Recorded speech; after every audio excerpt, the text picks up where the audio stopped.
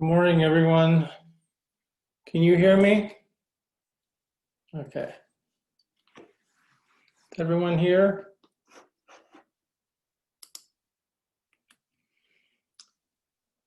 Okay. It's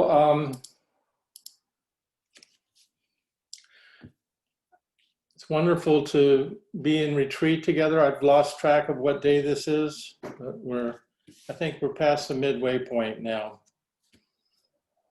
of this 7-day retreat. And I wanted to talk about time today, how we experience time and the implications of that, and the many different ways that we can experience time. And it's something that philosophers have talked about forever. Heidegger, lots of philosophers have obsessed really about time. And so has Dogen Zenji. And so he wrote one of my favorite fascicles, Time Uji, which is translated as time being or being time. And I'm going to stop sharing my screen here.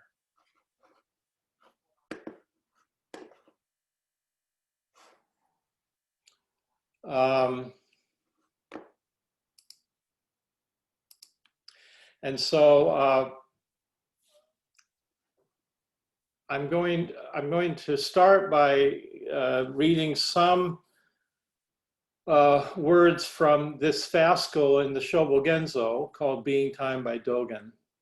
But I'm not going to go into a great depth of appreciating Dogen's understanding of time, because I think it's actually very nuanced. But I do think it's worthwhile to touch this writing of Dogen's as a jumping off place. So let me share the screen again. No, sorry.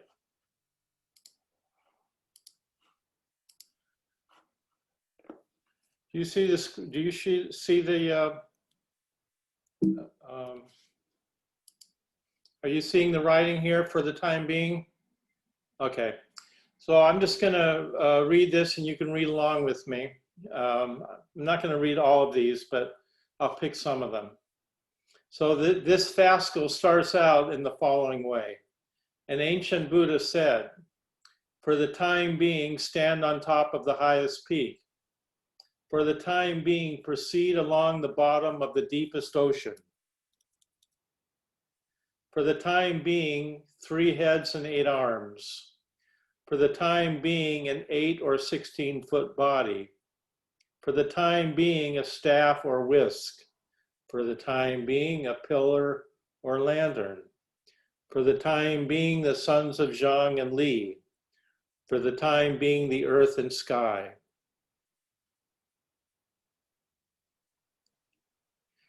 And then he goes on, "For the time being" here means time itself is being, and all being is time.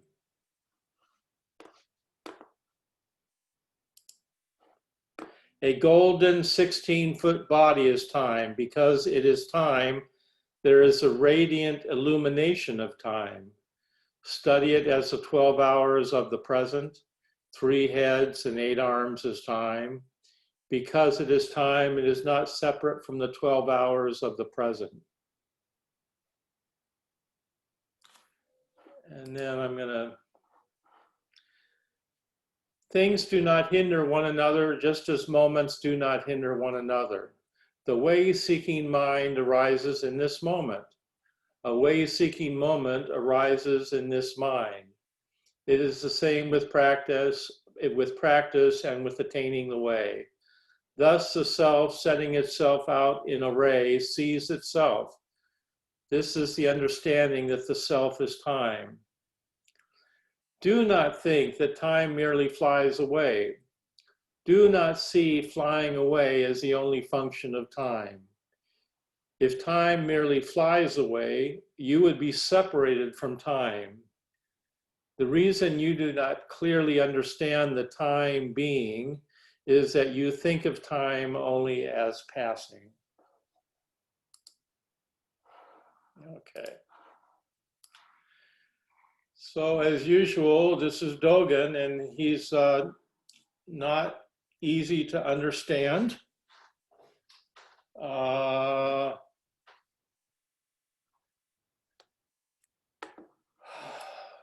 But I think I've always liked this Fasco, because I'm not going to presume to understand exactly how Dogen understands time, but what I do, for me, what I get when I read this writing of Dogen's is a really kind of deep sense of intimacy, and I love that quality of this that comes up when I read his writings on time in this way.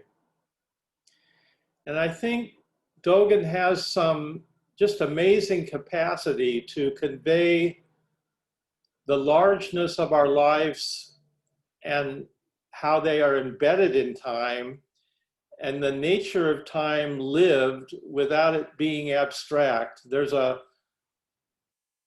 vast and largeness of his sense of time, but it's not abstract, and at the same time it's concrete. So the word that is used for this Fasco is uji, and u means some, being, having existence, and ji means time. A common expression of uji means sometime, or at one time, or for the time being. But Dogen interprets it literally as the time being. So time and existence or life, from Dogen's point of view, are inseparable.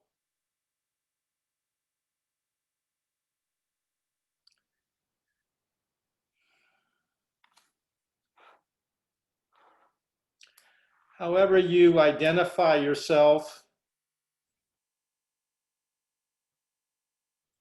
has little to do with time being. The more you are attached to your identity, the more likely you are to sit on the fence waiting for the right time to arrive. Being tentative and hesitant, you might miss your life entirely.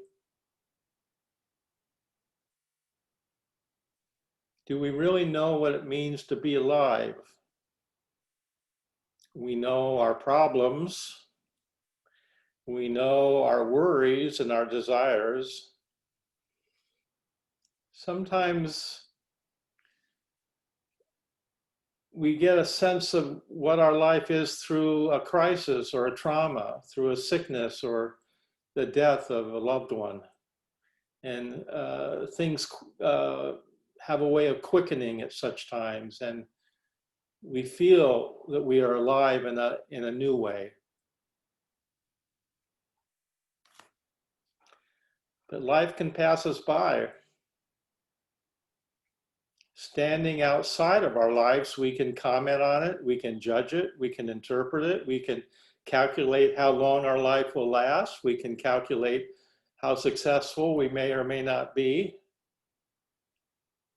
But when do we get around to living it?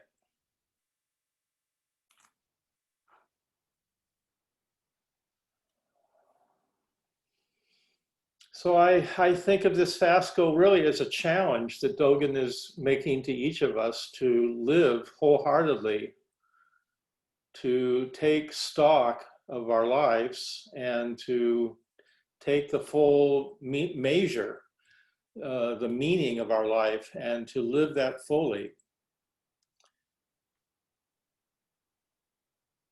You know, we have different senses of time. So time, we have mechanical time that we measure with watches, and we think of that time as being somehow separate from our life. And Dogen is saying that's not so at all.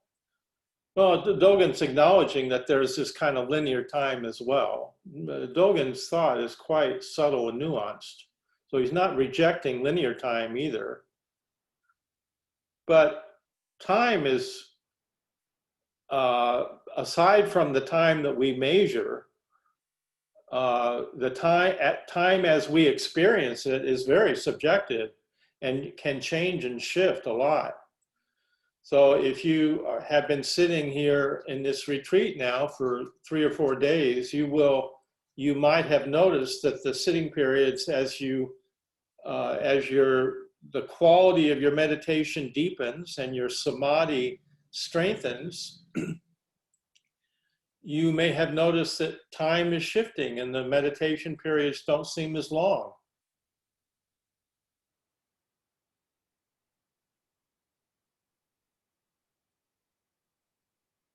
When I was farming in Hawaii, we had a community garden project for 3 years on the Big Island. And I was pretty much farming every day, and I was planting seeds and growing crops. And I had a very different sense of time when I was doing that. My reference point for time at that point was the phases of the moon, because I would plant based on whether it was a couple days before the full moon or after the full moon. And that was my reference point. So it was a different rhythm of time completely. We also know that we have biological clocks that, I don't know a lot about that, but I know that they say that a certain time of the day you have more energy than another time. So time is not the same. There's different qualities of time as we experience it.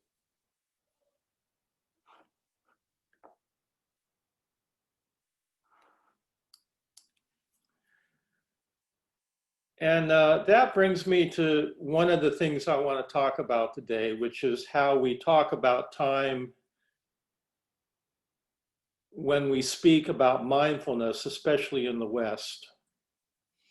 Because it's very common now to hear people say, you know, mindfulness is about being present. Be present. You know, there's the cliche, be here now. Is there some way you're not going to be here now?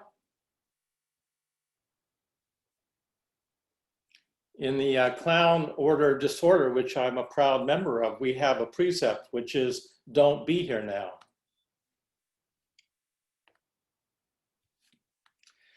And the reason why I'm bringing this up, because it's, and I've been talking about this more and more, is it seems to me more apparent that the kind of reductive tendency in our culture, in our postmodern culture, takes much of the richness out of spiritual practice.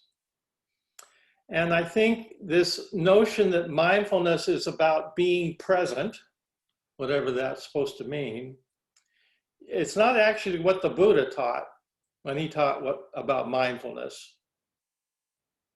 He didn't teach anything like that, and I'll come to that in a moment. But we've reduced time down because we're kind of a hedonistic culture. We have nothing left except the present moment. So is that really what we mean by mindfulness? Is to be present, like, and then the idea is that you're supposed to be present as long as possible, like 24/7, I guess. So does that mean that if I'm sitting on my cushion and my mother is sick in the hospital and I'm worried about her, that I'm not being mindful and I should come back to counting my breath? Is that really what we're saying mindfulness is? Is that valuable or even worthwhile? mightn't I want to think about my mother and plan for the future about how I could be an advocate for her in the hospital?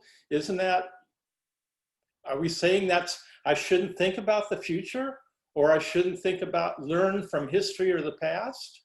Are we saying the only way to be mindful is to be in this present moment with no future and past? And that kind of reductive thing seems to me absurd.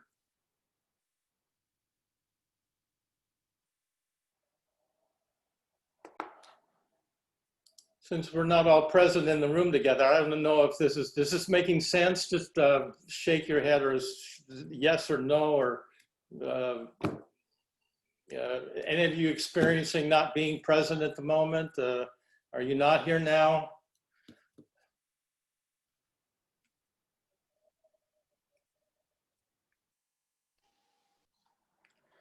So, I don't want you to misunderstand what I'm saying here. I actually like the way we are teaching mindfulness at the Zen Center. And I think the two main aspects of mindfulness, shamatha and vipassana, are extremely useful.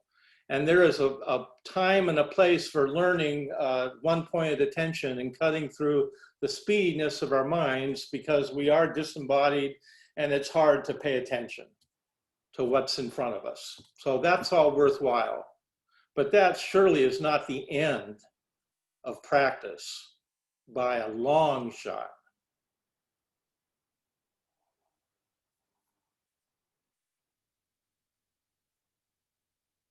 So I think it's almost become a dogma.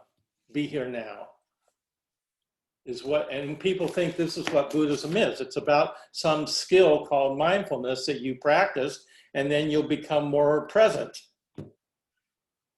Maybe you have a different aura or something. I don't know. You become more present. And yeah, there's some truth to that, but it's just it's such a small and narrow view of what is possible here. So let's go back to the Buddhist text that most people refer to when they are talking about mindfulness. It's called the Satipatthana Sutta. And the word in that title, sati, means mindfulness. It's a Pali word for mindfulness. And the other word, patthana, that comes from upatthana, means to having close at hand.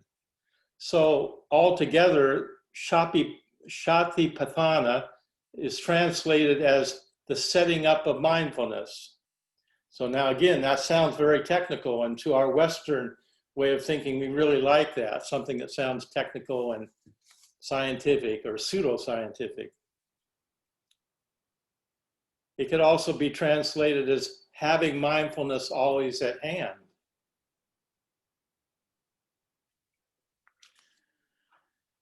Now, the early parts of this text have many references to attention and awareness, and I'll give you some examples. When reaching out the arm, he is aware that he is reaching out the arm. Or when taking a long breath, he is aware that this is a long breath. Things such as that. And it goes on. A bhikkhu, or that's the word for monk, a bhikkhu goes to the forest or to the foot of a tree or to an empty hut and sits down.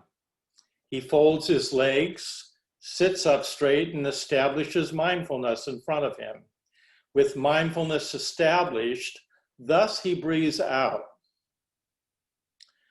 So here, it should be clear at this point that this bhikkhu isn't going in to find mindfulness. The mindfulness is already here. He sits down, and with mindfulness established, now he inquires into the nature of what is arising in his human experience, in his body, in his mind, in his emotions. The mindfulness is already here, and he's using that mindfulness to cultivate an awareness. So I think it's important to differentiate between the two. Mindfulness is not awareness. Awareness is not mindfulness.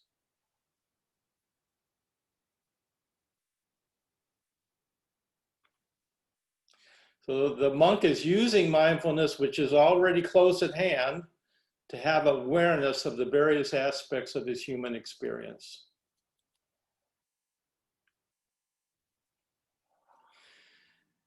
So I think we could say, if we really looked into this more, that in Buddhism, awareness is a kind of vigilance. And the text then goes further and teaches what are called the 4 foundations of mindfulness. And in the first 3 foundations, the monk is using the mindfulness that is close at hand, that's already established, to really inquire into the nature. And the 3 foundations of mindfulness are the foundation of body, the foundation of feelings, and the foundations of mind. And in all 3 cases, the monk is looking at watching closely how these aspects of his human spirit, his human experience, arise and fall away. He's noticing that his body arises and falls away. He's noticing that his emotions come and go. He's noticing that his thoughts come and go like clouds in the sky. And the point of this is to, and then when you get to the 4th foundation of mindfulness, the 4th foundation is the foundation of mindfulness itself, of the Dharma, that is. And the point of this exercise, the point is that the monk is the person doing this exercise comes to see that these 3 aspects of our human experience are all changing and impermanent. And they can't be relied on because they're conditioned. And in many cases, they're conditioned by karma. That's what our human experience is subject to, karma, because we create causes and conditions. We are conditioned. But when you look at the Dharma, all of a sudden you notice there's something that's unconditional. It's not like those other 3 things. Why is it not like those other 3 things? Because it's metaphysical. Uh-oh. We're not allowed to talk about that. Oh, it's metaphysical. Oh, no, we can't talk about that.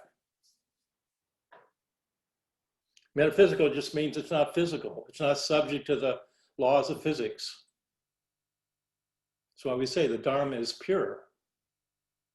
And that's something you can rely on, according to the Buddhist teachings.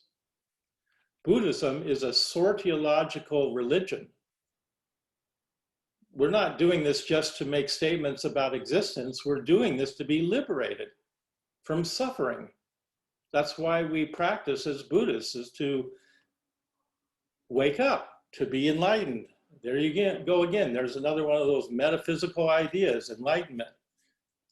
And that's the problem with postmodern culture, I think, is that we live in this time when we're not really allowed to talk about that. It's not, you don't hear too many people talking about enlightenment. So we have this secular Buddhism, which really doesn't allow for metaphysics.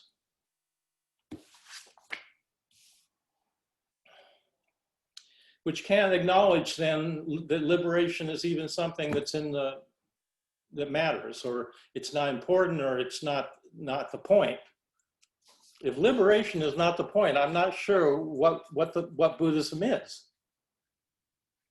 Buddhism is a religion about being liberated from suffering. That's the point.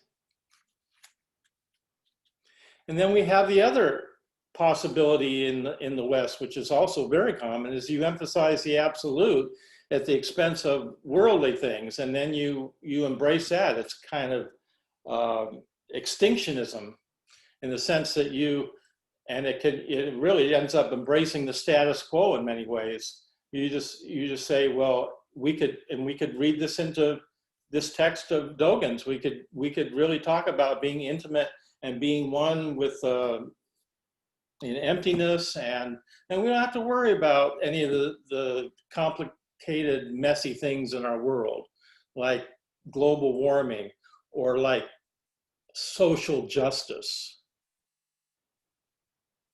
And that's certainly, I don't think, is what the Buddhist teaching is either. But we have these two tendencies in the West, and I don't think either one is really getting at what the richness of Buddhism as a religious practice, which I keep talking about now. And I know I'm not going to apologize for it, but I know it's difficult to take in Buddhism as a religion because, like I've said before, there is a lot of baggage that comes with religion, and we're right to be skeptical when we talk about religion.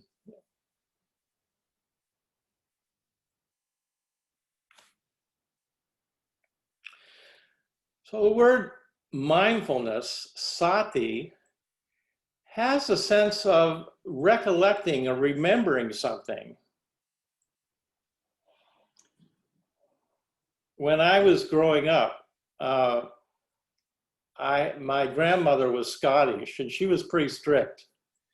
She lost her husband, who was a doctor, early in the Depression, and raised 3 daughters in the Depression working as a real estate agent.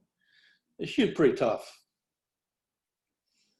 And we'd be sitting at the dinner table and she'd say, "Bobby, mind your manners." What was she telling me? Mind your manners, Bobby. I think what she was telling me was, don't get so lost in the moment that you forget about how you should behave. Don't get lost in the moment. And I think there's an aspect of the Buddhist teaching which he is warning us to be vigilant about not being corrupted by getting lost in the moment. And yet that's, in a way, what we are teaching in mindfulness is be in the moment. It's nothing but this moment. And what a small vision that is, really small.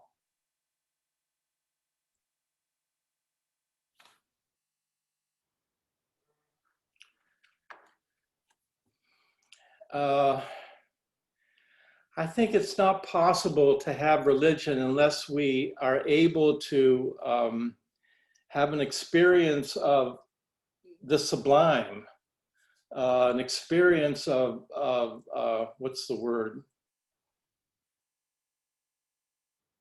Let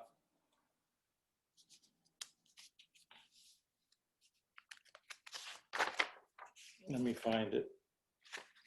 Of what's luminous. I had a dream once in the early years when I was first at the Zen Center in Los Angeles, and I was in those days I had a red Ford truck, and I was driving it up the coast. In my dream, I was driving my red Ford truck up the coast of California, around Big Sur somewhere. And if you've ever driven up the coast of California, you know it's, first of all, it's gorgeous, but the roads are really winding. You got to watch how you're driving because there's really steep cliffs going down to the Pacific Ocean, but it's gorgeous. And I was driving on that road with my red Ford truck. And up ahead of me, I saw this luminous cloud. And it was almost like hypnotic, you know. I find I'm just looking at this luminous cloud. And then the next thing I know, I'm flying. Have you ever had flying dreams? Ah, they're the best. They're the best. You don't ever want to get out of that dream. You want to just keep flying forever. That's freedom, man. That is just exhilarating. I don't know, maybe there's different kinds of flying dreams, but I don't have them too much anymore, unfortunately, but I used to have them quite a bit. And whenever I did have them, I never wanted to wake up from that dream. So here I am. I'm looking at this luminous cloud. And the next thing I know, I'm flying and I'm just having a great time. And then I look down, and on the road down below me is my red Ford truck. And my first thought was, who's driving the truck?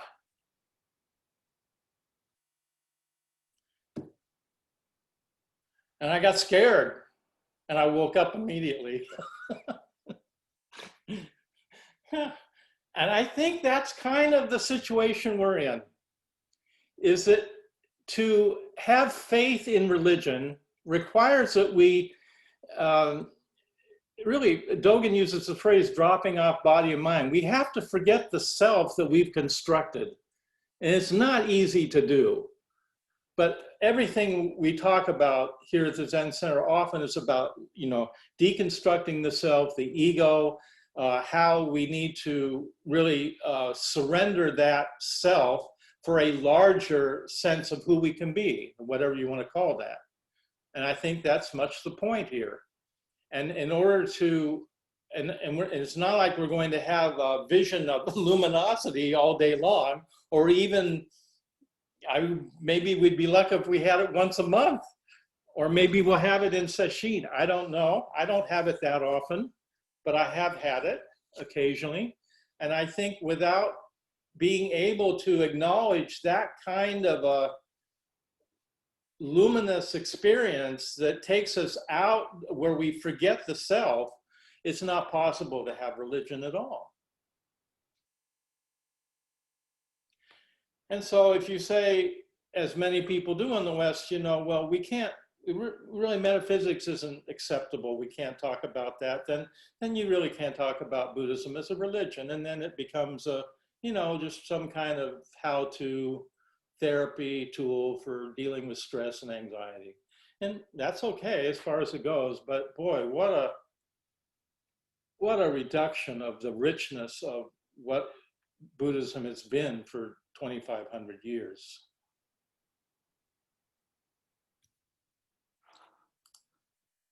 So, I think Buddha's vision was very large indeed, cosmic, and I think Dogen's is huge.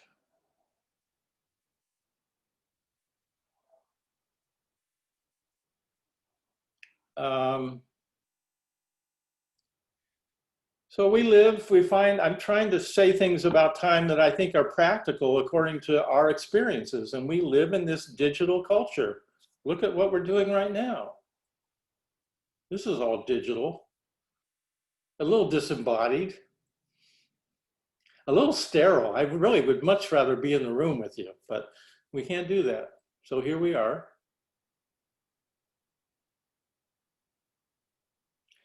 And this digital time that we have has an impact on us because of the technology, has no context. It's either on or off. It's not bad, it's just what it is. But that's not, I think that if we were to experience time as Dogen is talking about it, we would see that time is our experience itself. And that's not digital time. It can include digital time, but I call it analog time. Our human time is contextual. We make meaning, we tell stories, we write poems, we create art. That's not digital. We only find meaning by having a larger context. And so if our sense of time doesn't allow for even a larger context, then our lives are reduced to really just being like hamsters on a spinning wheel. And no wonder we're feeling stressed and anxious and, burning out.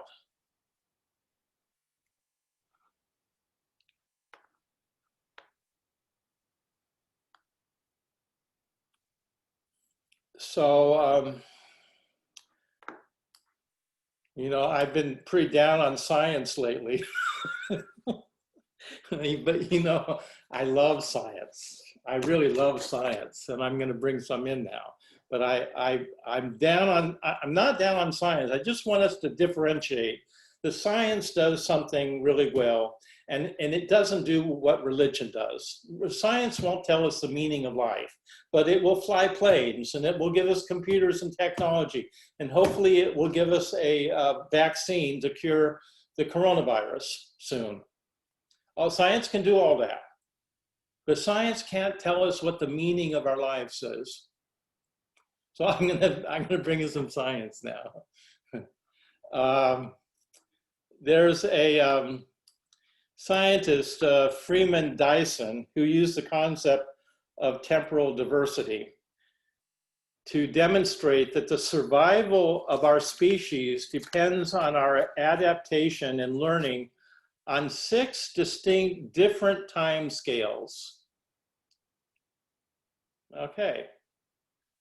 We're no longer talking about be here now, I'm sorry to say. We're talking about history and geological eras. Are we allowed to do that? Well, scientists certainly do anyway. So imagine, you know, people in skaters, and they're all, you know, hanging on to each other, and they're swirling around in a circle. And the skaters that are in the center are barely moving, and they're smiling and having a good time. And then the poor person that's on the very outside of that circle is just trying to just not fall down. They're just skating as hard as they can. And they're, you know, they're going a much larger distance than the people in the center, right?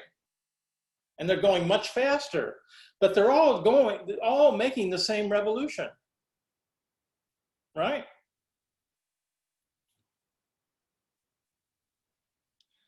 That's an example of different time scales. So Dyson says there are 6 distinct time scales that have to do with evolution and our adaptation and learning. And the shortest and most immediate time scale is our individual life, from which we survive through seasons year to year.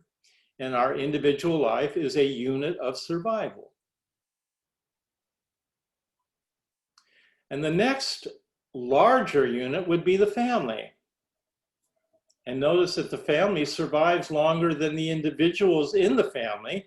A family can survive over decades and multiple generations. So that's much longer than any one of our individual lifespans. So it's a larger span of time as a unit. And then if you go up another level, you come to tribes and nations, which are even survive over even a longer time span, millennia. And a tribe and a nation can be an entire culture. You notice how we're talking about now different time spans as units of survival? Well, nations and tribes also don't always survive, but they survive longer than individuals do, and they survive longer than families do. And then if you go one larger category, you come to species. The species survives over tens of millennia.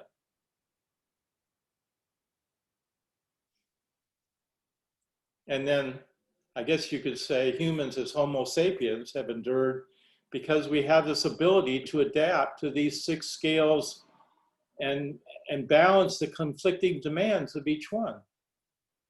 Of all the creatures on this earth, we have the capacity to create symbols and communicate, and we are a pretty convivial species. We collaborate and make teams, and we cooperate to do things which other mammals really can't do on the scale that we do.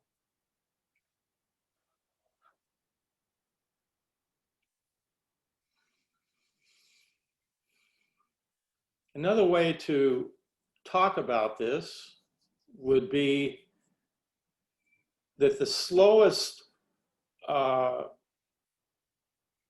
time scale is the nature's geological time. Think of, you know, mountains and rocks and geological rocks. The time of rocks is very slow and long. Think of,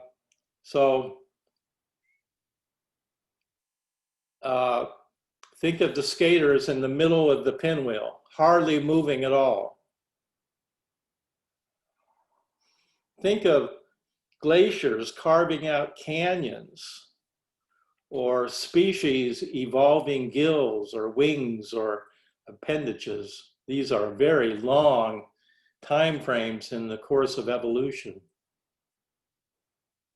And then the next level, which is shorter, is culture. We can think of cultures. There's Chinese culture, French culture, Jews, Russians, etc. And cultures can last for millennials, and cultures can come and go too. And then the next smaller unit would be governments. Governments can last pretty long. Think of monarchies and republics, but they don't last forever. If we look at history, you see governments come and go, and ours will too, unless we think we're exceptional, unless we don't learn from history and we think that somehow it won't happen to us. It's almost like thinking like, well, everyone else is going to die, but it's not going to happen to me, or at least it hasn't happened yet, so I don't have to worry about it. And then the next smaller unit would be infrastructures. Governments actually are supposed to be responsible for infrastructures. They help build roads and utilities so that this is what helps the culture to grow. And then that brings forth another unit of commerce and business and all kinds of activities that take place because there's an infrastructure that supports that business. We couldn't have the internet without an infrastructure of all kinds of fibers and things laid that allow us to be on our computers like this. And there's places in the world that do not have that infrastructure and don't have computers. And then the one thing that happens very quickly and doesn't last very long, the last thing would be, and this is being on the very outside of that ring, would be fashion. Fashion comes and goes in a week, in a month.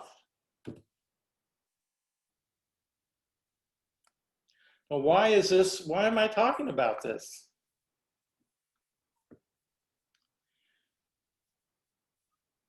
Because I think that this all has to do with time. These are different scales of time. And it actually makes a difference how we treat each of these scales and whether we mix them together without appreciating what we're doing.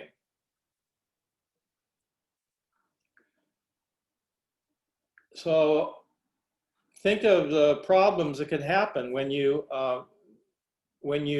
mix these activities that have time constraints with one another in ways that aren't appropriate. Think of a politician who needs to act on a time scale to govern, to create policies that make governments function, and at the same time is trying to respond to polls that function on a completely different time scale, really the time scale of fashion.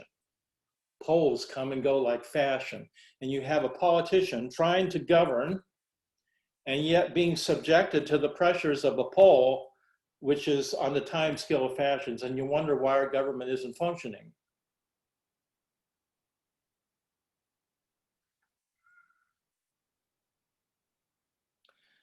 You have companies that create value on the time scale of infrastructure while trying to meet investment requirements on the level of commerce, two different time scales. We as consumers might focus on getting the cheapest gallon of gasoline with no awareness at all of the thousands of years it took for that energy to be accumulated and compressed in the earth.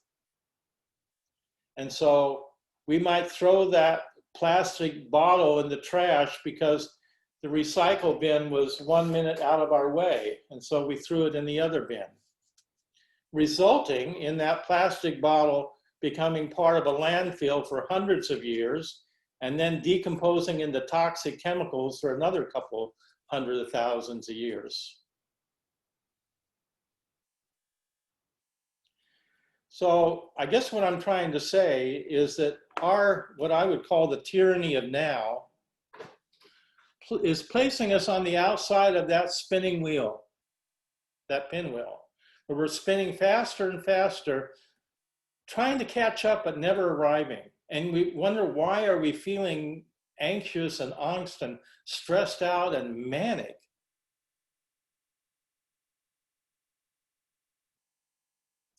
You know, I grew up in California, so I didn't really grow up with seasons. So those of you that grew up here will probably think I'm out of my mind, but I actually enjoy being in the Midwest. I enjoy the seasons. I even enjoy winter most of the time. But there's something reassuring about seasons. It's a big movement. It's bigger than any movement in my life, and I find that reassuring. But, you know, I lived in California where we didn't really have seasons at all.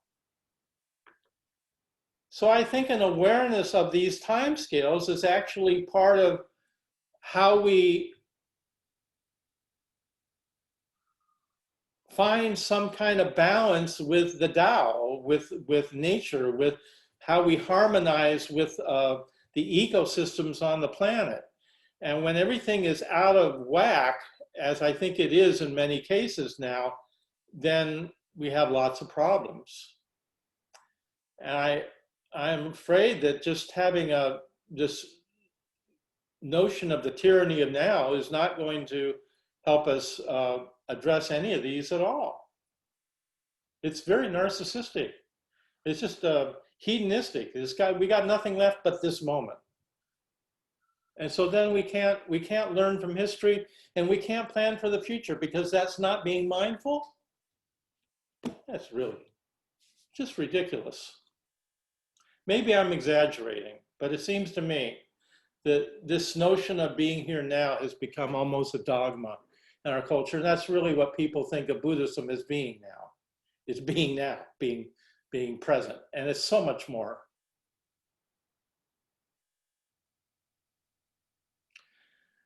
So the last thing I'll end with, and this is going to probably be a little abstract, is some more science. Sometimes I like to be abstract, and I apologize because this is not Dogen. This is Western science. And there was a Polish guy named Alfred Korzybski who developed, somatics. He developed a field called, wait for it,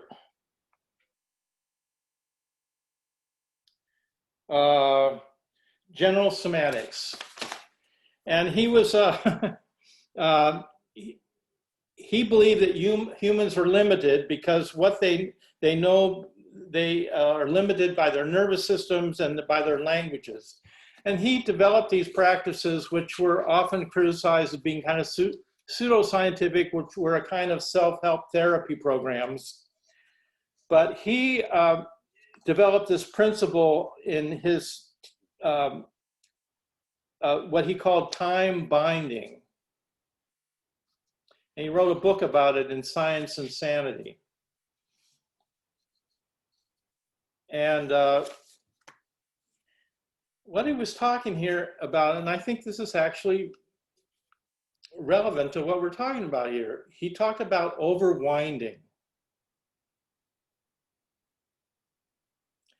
Overwinding is the effort to, hang on.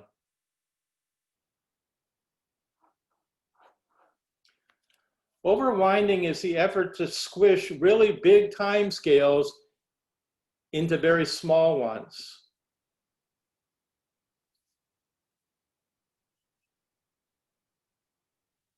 So now we try to make this now responsible for outcomes that take a very long time.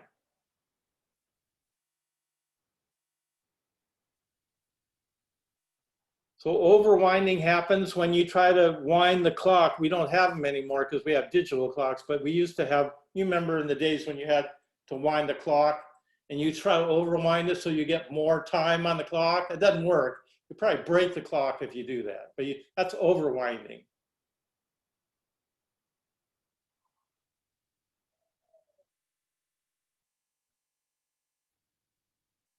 Overwinding happens when you take a hedge fund and destroy a company by leveraging derivatives against a productive long-term asset.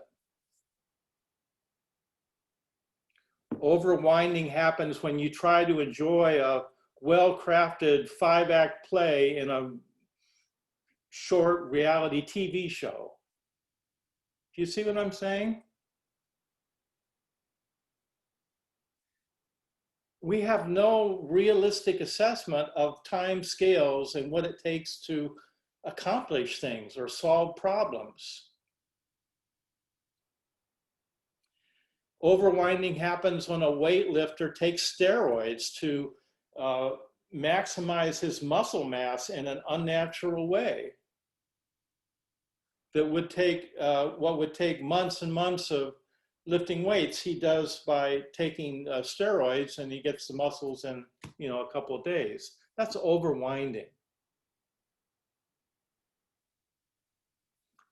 Now the opposite of overwinding is spring loading. Bear with me here. I know this doesn't seem like it has anything to do with the Dharma, but such is life. Spring loading.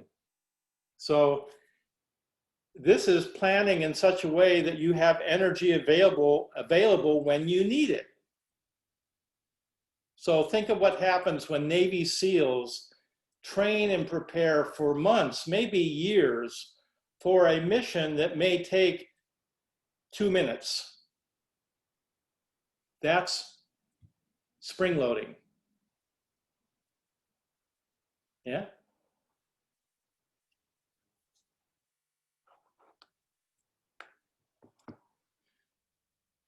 How about spring loading is when you have a test and you take weeks and weeks to study for it instead of cramming for it the night before. Spring loading is storing wind energy in batteries.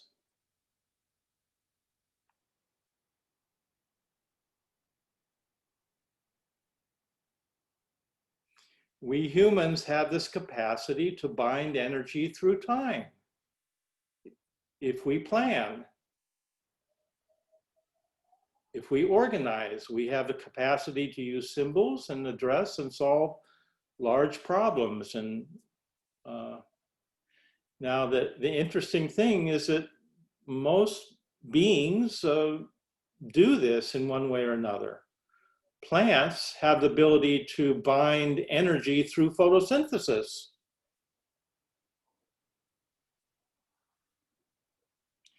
Animals bind space. Think of the squirrel and the acre of land where the squirrel is burying all its nuts for the winter. Well, animals can move, plants can't. So plants use photosynthesis. They bind energy. Animals bind space. They can move around, they can hunt, they can bury their nuts in different places. And we humans bind energy because we can.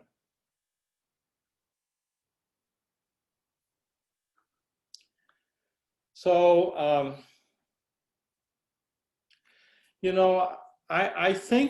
I don't think Buddha ever really talked about mindfulness as being here now. I think Buddha was concerned with the long view. I think he talked about past lives. He talked about future lives. I think he was playing the long game. And I'd like to believe that Dogen is too, and I would like to believe that we are as well. That we live in a time when we need to re-inhabit time. We need, Joanne Macy wrote about this years ago. We need to re-inhabit time. Time isn't just passing us by. We need to take a hold of it as our life in a different way. And I think when we sit like this in sesshin, we're doing that. I think this is a way of spring loading. Yeah. not sure how that is, but it seems to me that that makes sense to me. We're spring loading for peace and sanity and restoring our natural energies and wisdoms. So we can go back out into that chaos and keep our feet on the ground and be of service to others.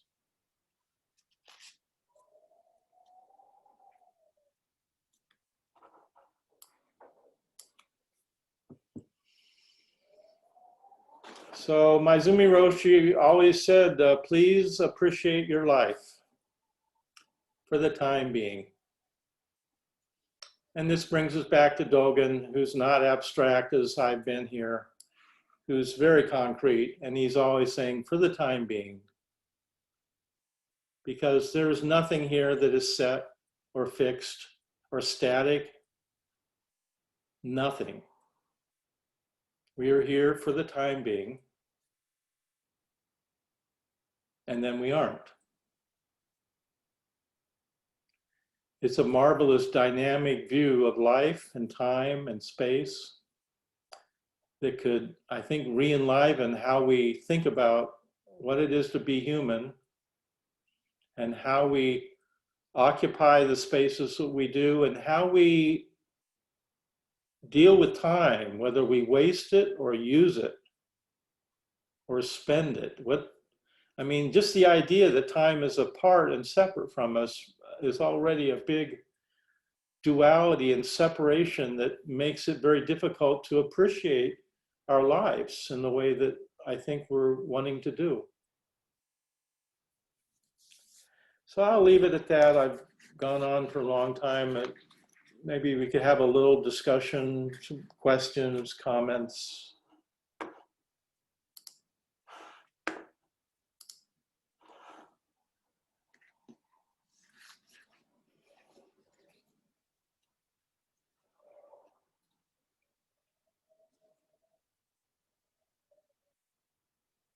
You just raise your hand if you want to say something or ask a question or whatever.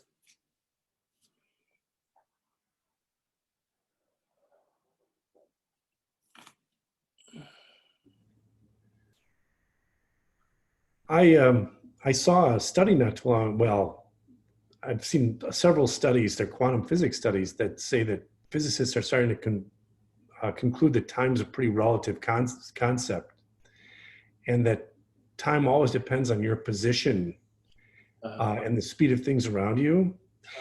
And the phenomenon of your sense of time lengthening and shortening, kind of like you talked about, sometimes the third day of retreat, all of a sudden 25 minutes of meditation doesn't seem as long. That might actually be real.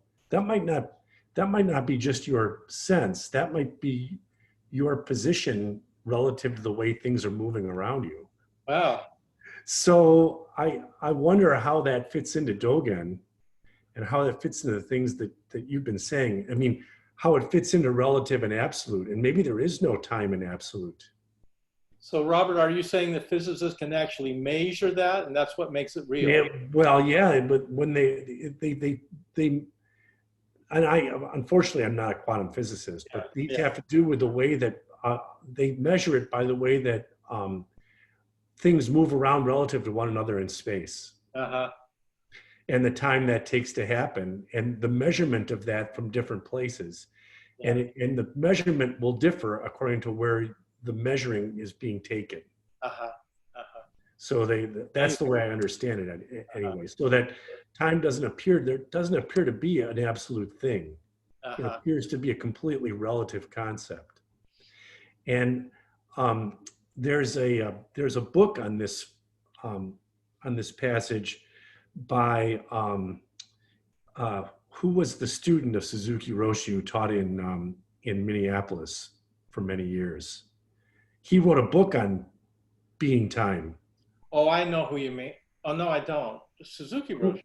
Suzuki Roshi's Katagiri Roshi. Katagiri Roshi. And I have that book, and I haven't read it yet. I haven't, though. I might go pick it up. So. Yeah. I think, again, it's important to appreciate that at one level we can measure these things, and we would do that with science. And then from the experience of the absolute, there is no measurement of that. And then what is time there? And I think Dogen is speaking on both levels all the time. So it's very nuanced. In the absolute, there is no measurement.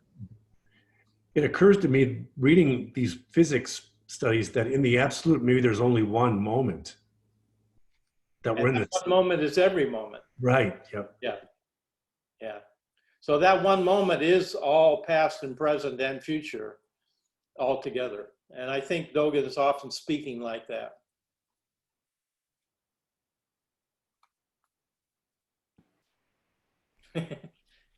Jackie? Good morning.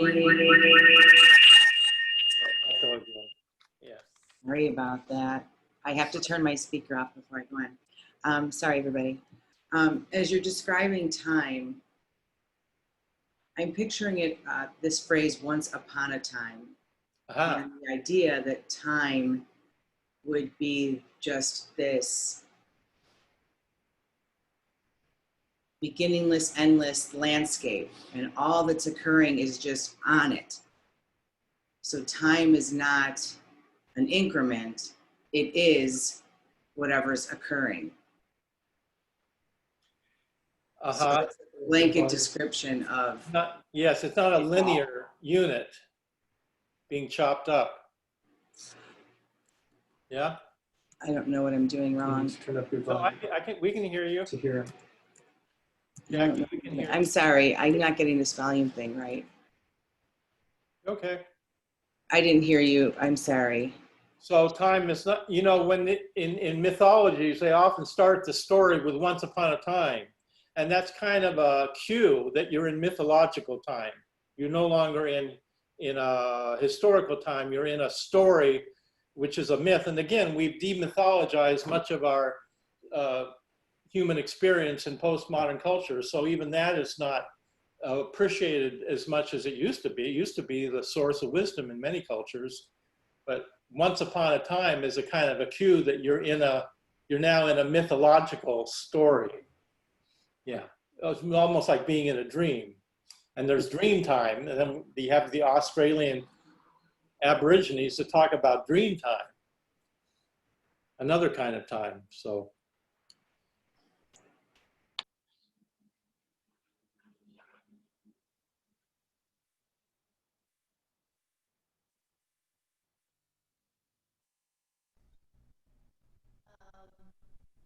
Sensei?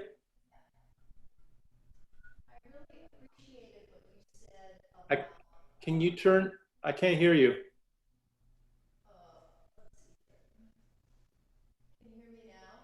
Barely. Maybe you need to turn the volume up. How's that? Is that better?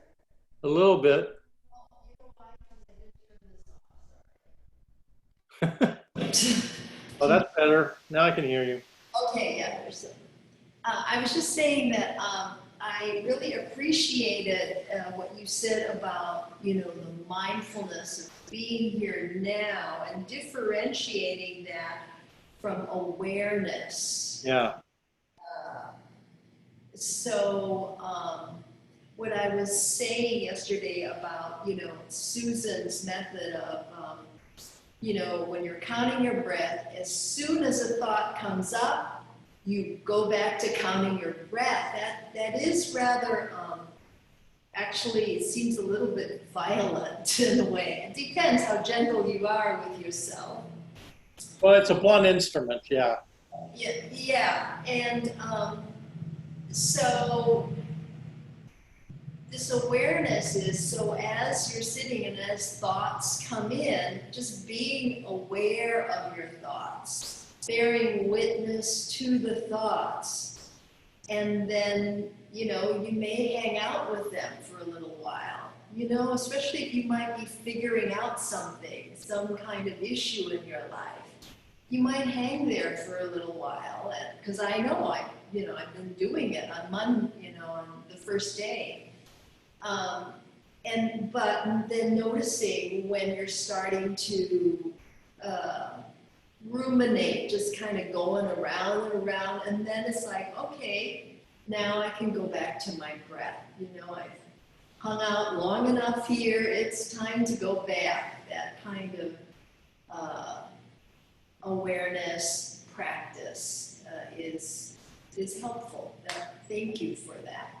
Yes, I think both shaman, what we call one-pointed attention, and open awareness are both useful, and they serve their purpose in different times for different stages of practice. And in the beginning of practice, counting the breath is very important because the mind is very speedy, and it's designed to cut through that speediness so that you can be present more. But then once you've established that as once you've established that ability to pay attention in that way, then you begin to move into open awareness practice, which is now starting to bring in context. And that's where we start to get into I really think the meat of the Buddhist teachings, where you start exploring deeper spiritual questions like, who am I? And you start really exploring, and that's what I think is this could be done in a very open way, which is how we teach it. So you could just be sitting on the cushion and you have something comes up in your mind, and instead of going back to counting the breath, you just go with that thought and let it play out and see where it takes you. But if we were doing this in a kind of, and I'm not attached to being an orthodox Buddhist by any means, but I think it's useful to try to remember what the Buddhist teaching would be, even if we don't do it that way. And the Buddhist teaching would be, you use that awareness to look at the three aspects of your human experience, your body, your emotions, and your thought, and your mind, your thoughts. And you begin to look at that very closely with a lot of attention, and you notice that it's completely impermanent. All these aspects of your experience are coming and going, and there's nothing reliable there, and yet we believe we are that. We're very attached to this me and my body and my thoughts and my feelings and we identify with that as who we are. And the point of traditional Buddhist practice is it's not to deny the world or deny the human experience as being bad. It's to put it in a context so that we realize that is a part of our experience, but it's not really who we are. It's not. We could rely on something called the Buddha Dharma, which is more reliable, and so that's what Buddhists do. But now we're bringing in metaphysics, and I think that it's kind of like, it's like if you're working with a difficult emotion, let's say anger, and we could all kind of agree, although there are some useful uses for anger, but in general, anger is a pretty destructive emotion. It's kind of like a forest fire, and it can really take over. So in order to work with the anger, first you have to know that you're angry. So if you're afraid of your anger, you may be in so much denial that when anger arises in you, you don't even let it come up. You just bury it. So it's important to, just like doing mindfulness practice of paying attention to the body and the mind and the feelings, in the same way, if we're practicing with a difficult emotion, you have to acknowledge the emotion to be able to work with it at all. If you don't acknowledge it, then there's no way to work with it. If we don't acknowledge and really appreciate the nature of our body and our minds and our feelings, there's no way to move beyond that. So we're not saying that any of that's bad. We're just saying we're using awareness as a way of really looking at our human experience with much more rigor and inquisitiveness, and then seeing that those things that we usually identify with are coming and going all the time, and they're not reliable. So that, I think, is the two big movements of mindfulness are the shamatha and the vipassana. I think they're both completely valid. And I like the way that we're teaching them here at the Zen Center. Yeah. But mindfulness is not awareness. Yeah, I think it's important to make the distinction.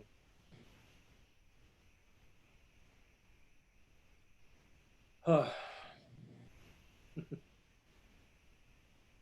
wouldn't you say that mindfulness is a kind of awareness? Well, then you're trying to hedge your bets. I think it's better just to make clear distinctions. Words matter.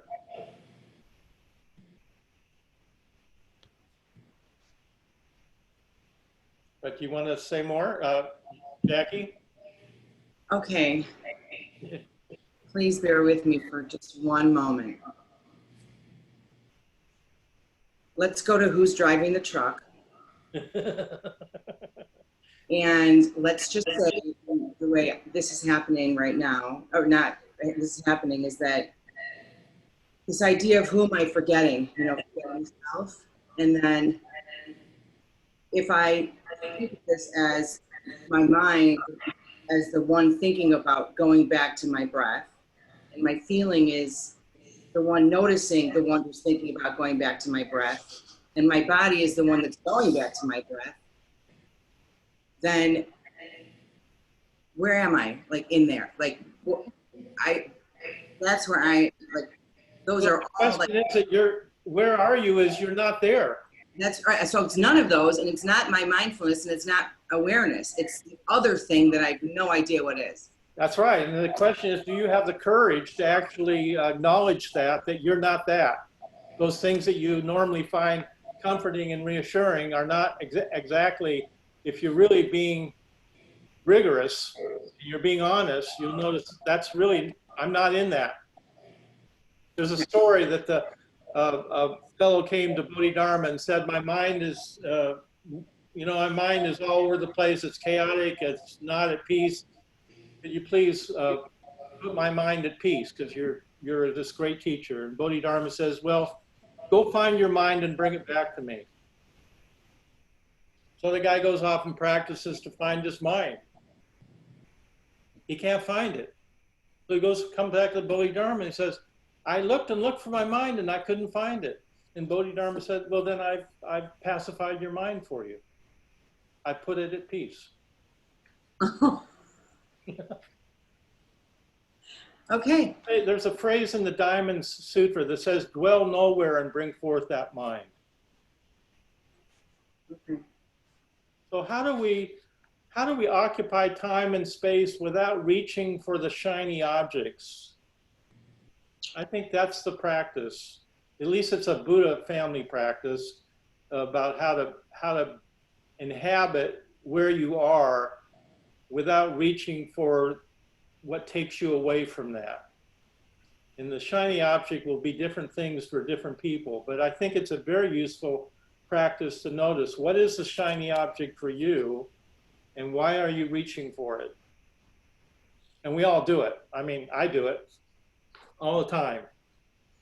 But I think it's a useful practice to, and that's an example of a practice of awareness. You're kind of having a meta awareness of your experience. You're questioning everything. And, that takes courage to doubt what we think we know. To really doubt is the source of what faith is. But usually we think of it as the opposite. Having faith means you don't have doubt.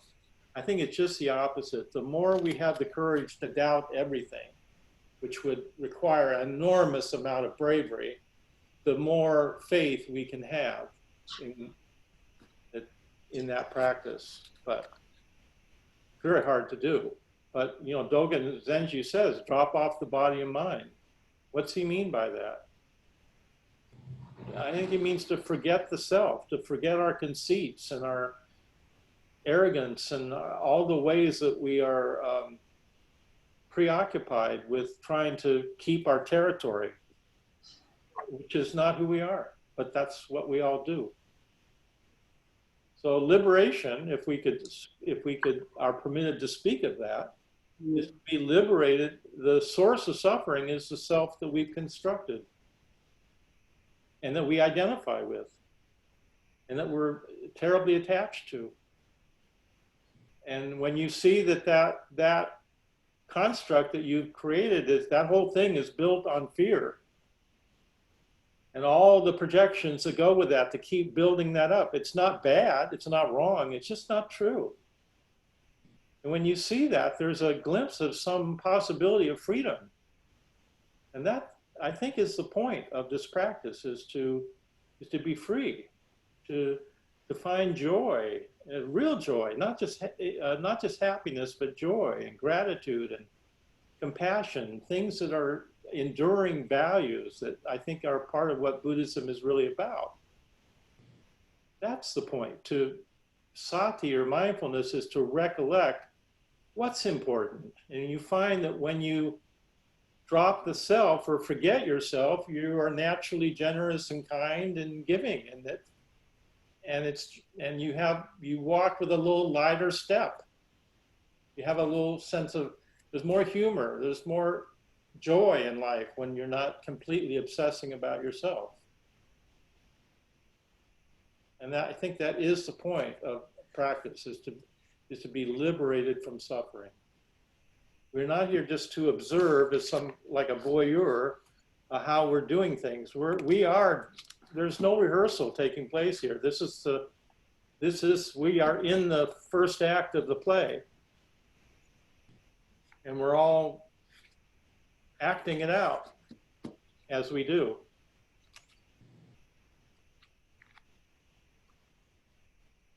Well, maybe that's enough for one morning, huh? Okay, so time for lunch, and we'll meet again at 3 o'clock.